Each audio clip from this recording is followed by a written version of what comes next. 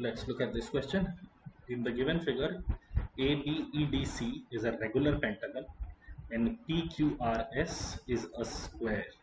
If points C and Q are vertically above the points E and S respectively, find the measure of CTP.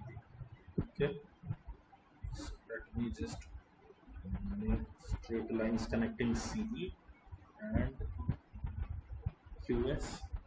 I know in a regular pentagon all the internal angles are 108. So if this is 108, this is 108, this should be equal to this angle because CD is equal to D. 180 minus 172, so this is 36 and this is 36. Why I'm focusing on this is because this is the angle I'm more concerned about, most concerned about. Okay, similarly, let's look at the triangle PQS.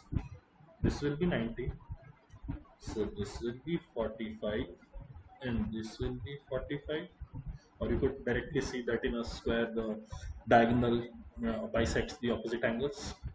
Now look at these lines CE and QS. These are parallel lines. These are parallel lines. They are vertically above E and S, which are on a straight line.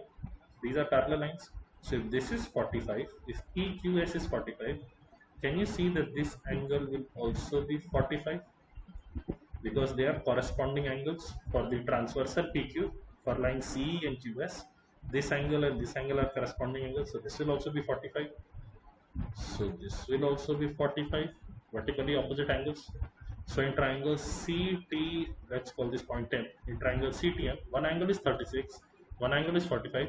The third angle will be 180 minus 81. So the third angle here will be 99. And that is option B.